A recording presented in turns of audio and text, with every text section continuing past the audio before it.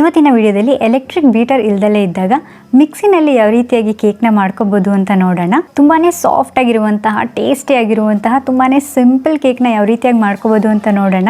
ಮತ್ತೆ ಇವತ್ತಿನ ವಿಡಿಯೋದಲ್ಲಿ ನಾನು ಯಾವುದೇ ರೀತಿಯಾದಂತಹ ಓವನ್ ಬಳಸ್ತಾ ಇಲ್ಲ, ಮತ್ತೆ ಕೇಕ್ ಮೌಲ್ಡ್ ಕೂಡ ಬಳಸ್ತಾ ಇಲ್ಲ. ಅದಕ್ಕೊಂದು ಸಿಂಪಲ್ ಆಲ್ಟರ್ನೇಟಿವ್ ಕೂಡ ಹೇಳ್ಕೊಟ್ಟಿದ್ದೀನಿ. ನೀವು ಕೇಳ್ಬೋದು, ಎಲ್ಲರೂ ಎಲೆಕ್ಟ್ರಿಕ್ ಬೀಟರ್ನಲ್ಲಿ ಕೇಕ್ ಯಾಕೆ ಮಾಡ್ಕೊತಾರೆ, ಇಷ್ಟೊಂದು ಸಾಫ್ಟ್ ಆಗಿ ಬರೋದಿದ್ರೆ ಮಿಕ್ಸಿನಲ್ಲೇ ಮಾಡ್ಕೋಬೋದಿತ್ತಲ್ಲ ಅಂತ ಕೇಳ್ಬೋದು. ಸೊ ಆ ಕೇಕಿಗಿಂತ ಈ ಕೇಕ್ ತುಂಬಾನೇ ಸಕ್ಕತ್ತಾಗಿರುತ್ತೆ ಅಂತ ನಾನು ಸುಳ್ಳು ಅಂತೂ ಹೇಳಕ್ ಹೋಗೋದಿಲ್ಲ.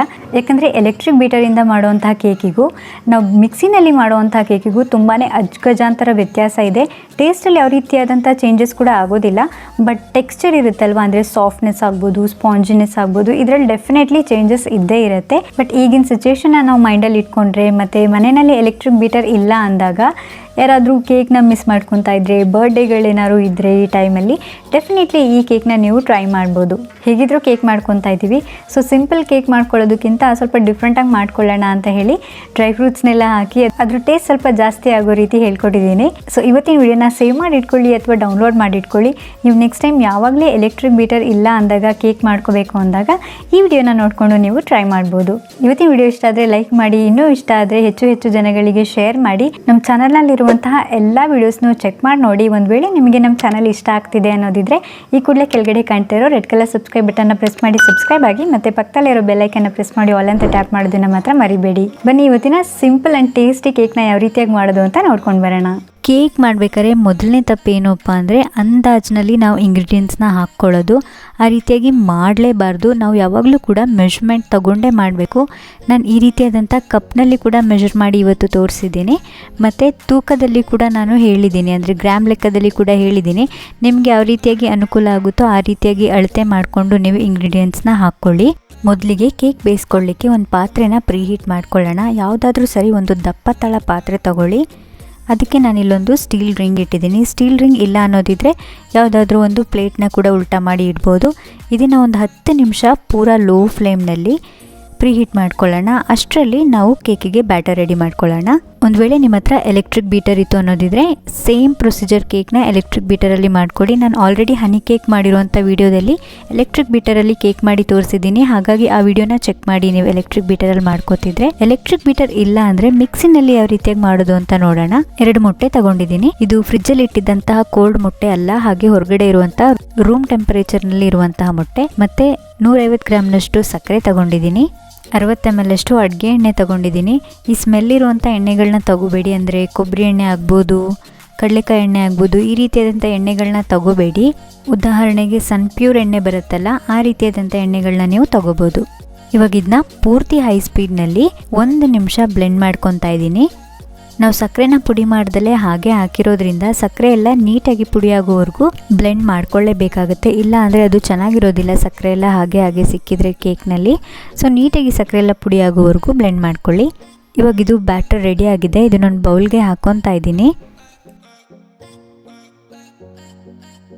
ಇದೇ ಮಿಕ್ಸ್ಚರ್ಗೆ 120 ಗ್ರಾಮ್ ಆಗುವಷ್ಟು ಮೈದಾ ಹಿಟ್ಟು ಹಾಕ್ಕೊಂಡಿದ್ದೀನಿ. ನೆಕ್ಸ್ಟ್ ಇದಕ್ಕೆ 1 ಟೀ ಸ್ಪೂನ್ ಅಷ್ಟು ಬೇಕಿಂಗ್ ಪೌಡರ್ ಹಾಕ್ಕೊಂಡಿದ್ದೀನಿ. ಬೇಕಿಂಗ್ ಪೌಡರ್ ಎಲ್ಲ ದಿನಸಿ ಅಂಗಡಿಗಳಲ್ಲೂ ತುಂಬಾ ಈಸಿಯಾಗಿ ಸಿಕ್ಬಿಡುತ್ತೆ. ಬೇಕಿಂಗ್ ಪೌಡರ್ ಇಲ್ಲ ಅಂತ ಹೇಳಿ ಅಡುಗೆ ಸೋಡಾನ ಹಾಕೋಬೇಡಿ, ಅದೇ ಬೇರೆ ಇದೇ ಬೇರೆ.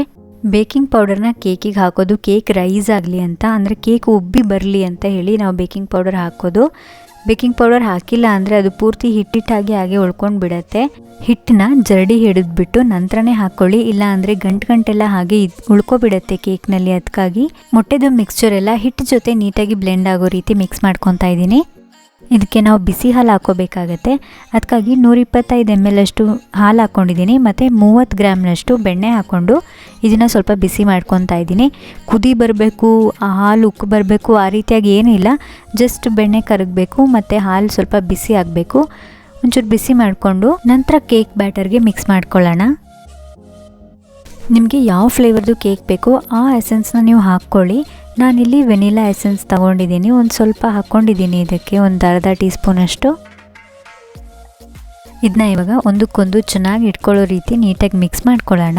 ಮತ್ತು ಇದಕ್ಕೆ ಒಂದೇ ಒಂದು ಚಿಟಿಕೆಯಷ್ಟು ಉಪ್ಪು ಹಾಕ್ಕೊಂಡು ಇವಾಗ ಚೆನ್ನಾಗಿ ಮಿಕ್ಸ್ ಮಾಡ್ಕೊತಾ ಇದ್ದೀನಿ. ಈ ಬ್ಯಾಟರ್ ರೆಡಿ ಇದೆ. ಇವಾಗ ಇದನ್ನ ಮೌಲ್ಡ್ಗೆ ಹಾಕ್ಕೊಳ್ಳೋಣ.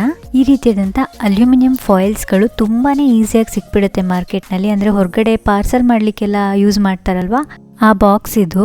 ಇದಕ್ಕೆ ನಾನು ಇವಾಗ ಡೈರೆಕ್ಟಾಗಿ ಬ್ಯಾಟರ್ ಹಾಕೋತಾ ಇದ್ದೀನಿ. ಯಾವುದೇ ರೀತಿಯಾದಂಥ ಎಣ್ಣೆನೂ ಅಪ್ಲೈ ಮಾಡಿಲ್ಲ, ಬಟರ್ ಪೇಪರ್ ಆಗಲಿ ಎಂತ ಸಹ ನಾನು ಹಾಕಿಲ್ಲ. ಡೈರೆಕ್ಟಾಗಿ ನಾವು ರೆಡಿ ಮಾಡ್ಕೊಂಡಿರುವಂಥ ಮಿಕ್ಸ್ಚರ್ನ ಇದಕ್ಕೆ ಹಾಕ್ಕೊಂಡಿದ್ದೀನಿ ಪೂರ್ತಿ. ಇದ್ರ ಟೇಸ್ಟ್ನ ಇನ್ನೊಂದು ಸ್ವಲ್ಪ ಜಾಸ್ತಿ ಮಾಡಲಿಕ್ಕೆ ಇದಕ್ಕೆ ಸ್ವಲ್ಪ ಟೂಟಿ ಫ್ರೂಟಿ ಹಾಕ್ಕೊತಾ ಇದ್ದೀನಿ. ಟೂಟಿ ಫ್ರೂಟಿ ಇದ್ದರೆ ಹಾಕ್ಕೊಳ್ಳಿ, ಇಲ್ಲ ಅಂದರೆ ನಿಮಗೊಂದು ಸಿಂಪಲ್ ಆಲ್ಟರ್ನೇಟಿವ್ ಹೇಳ್ಕೊಡ್ತೀನಿ. ಅಂದರೆ ಮನೆಯಲ್ಲಿ ಇದ್ದೇ ಇರುತ್ತಲ್ವ ಡ್ರೈ ಫ್ರೂಟ್ಸು, ದ್ರಾಕ್ಷಿ, ಗೋಡಂಬಿ, ಪಿಸ್ತಾ, ಬಾದಾಮಿ ಯಾವುದಾದ್ರೂ ಸರಿ ನಿಮ್ಗೆ ಇಷ್ಟ ಆಗಿರುವಂಥ ಡ್ರೈ ಫ್ರೂಟ್ಸ್ನ ತೊಗೊಂಡು ಈ ರೀತಿಯಾಗಿ ಡ್ರೈ ರೋಸ್ಟ್ ಮಾಡ್ಕೊಳ್ಳಿ. ಸ್ವಲ್ಪ ತವೆ ಮೇಲೆ ಡ್ರೈ ರೋಸ್ಟ್ ಮಾಡಿಕೊಂಡು ಇದನ್ನು ನಾವು ಕೇಕಿಗೆ ಹಾಕ್ಕೊಂಡ್ರೆ ತುಂಬಾ ಟೇಸ್ಟ್ ಚೆನ್ನಾಗಿರುತ್ತೆ. ನೀವು ಯಾವಾಗಲೇ ಕೇಕಿಗೆ ಡ್ರೈ ಫ್ರೂಟ್ಸ್ ಆ್ಯಡ್ ಮಾಡ್ಕೋಬೇಕಾದ್ರೆ, ಅಂದರೆ ಫ್ರೂಟ್ ಕೇಕ್ ಆಗ್ಬೋದು, ಪ್ಲಮ್ ಕೇಕ್ ಆಗ್ಬೋದು, ಯಾವುದಕ್ಕೆ ಸರಿ ನೀವು ಈ ರೀತಿಯಾಗಿ ಡ್ರೈ ರೋಸ್ಟ್ ಮಾಡಿಕೊಂಡು ನೀವು ಆ್ಯಡ್ ಮಾಡಿಕೊಂಡ್ರೆ ಕೇಕಿಗೆ ಟೇಸ್ಟ್ ತುಂಬಾ ಚೆನ್ನಾಗಿರುತ್ತೆ. ಈ ಡ್ರೈ ಫ್ರೂಟ್ಸ್ ಎಲ್ಲ ಒಳಗಡೆ ಹೋಗೋ ರೀತಿ ಸ್ಪೂನಿಂದ ನಾನು ಮಿಕ್ಸ್ ಮಾಡ್ಕೊತಾ ಇದ್ದೀನಿ ಬ್ಯಾಟರ್ ಜೊತೆ. ಮೇಲಿಂದ ನೋಡ್ಲಿಕ್ಕೆ ಚೆನ್ನಾಗಿ ಕಾಣಿಸ್ಲಿ ಅಂತ ಹೇಳಿ ಸ್ವಲ್ಪ ಮತ್ತೆ ಮೇಲ್ಗಡೆ ಟೂಟಿ ಫ್ರೂಟಿ ಹಾಕ್ಕೊಂಡಿದ್ದೀನಿ. ಕೇಕ್ ಬ್ಯಾಟರ್ ಎಲ್ಲ ಪೂರ ರೆಡಿಯಾಗೋ ಅಷ್ಟರಲ್ಲಿ ಇಲ್ಲಿ ನಮ್ಮ ಪಾತ್ರೆ ಕೂಡ ನೀಟಾಗಿ ಬಿಸಿಯಾಗಿರುತ್ತೆ. ನಾನಿಲ್ಲಿ ಅಲ್ಯೂಮಿನಿಯಂ ಫಾಯಿಲಲ್ಲಿ ಮಾಡ್ಕೊತಾ ಇರೋದ್ರಿಂದ ಇದು ನೀಟಾಗಿ ಕುತ್ಕೊಳ್ಳಿ ಅಂತ ಹೇಳಿ ಒಂದು ಪ್ಲೇಟ್ನ ಉಲ್ಟಾ ಮಾಡಿ ಇಟ್ಟಿದ್ದೀನಿ.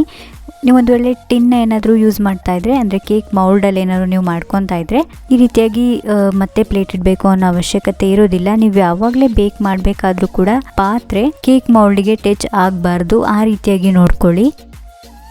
ಇದನ್ನ ಇವಾಗ ಮೊದಲು 5 ನಿಮಿಷ ಮೀಡಿಯಮ್ ಫ್ಲೇಮ್ನಲ್ಲಿ ಬೇಕ್ ಮಾಡೋಕ್ಕೆ ಬಿಡ್ತಾ ಇದ್ದೀನಿ.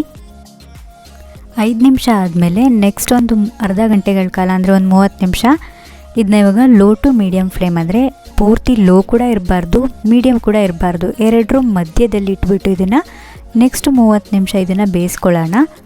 ಈ ಕೇಕ್ ಪೂರ್ತಿ ರೈಸ್ ಆಗೋವರೆಗೂ ನೀವು ಈ ಪಾತ್ರೆದು ಲಿಡ್ ಓಪನ್ ಮಾಡಿ ನೋಡಬೇಡಿ ಕೇಕ್ ಬೆಂತ ಅಂತ. ಒಂದು ವೇಳೆ ನೀವು ಆ ರೀತಿಯಾಗಿ ಮಾಡಿಕೊಂಡ್ರೆ ಟೆಂಪ್ರೇಚರ್ ಕಮ್ಮಿಯಾಗಿ ಕೇಕ್ ರೈಸೇ ಆಗೋದಿಲ್ಲ, ಹಾಗೆ ಮಧ್ಯದಲ್ಲಿ ಕೇಕ್ ಒಳಗಡೆ ಹೋಗ್ಬಿಡುತ್ತೆ.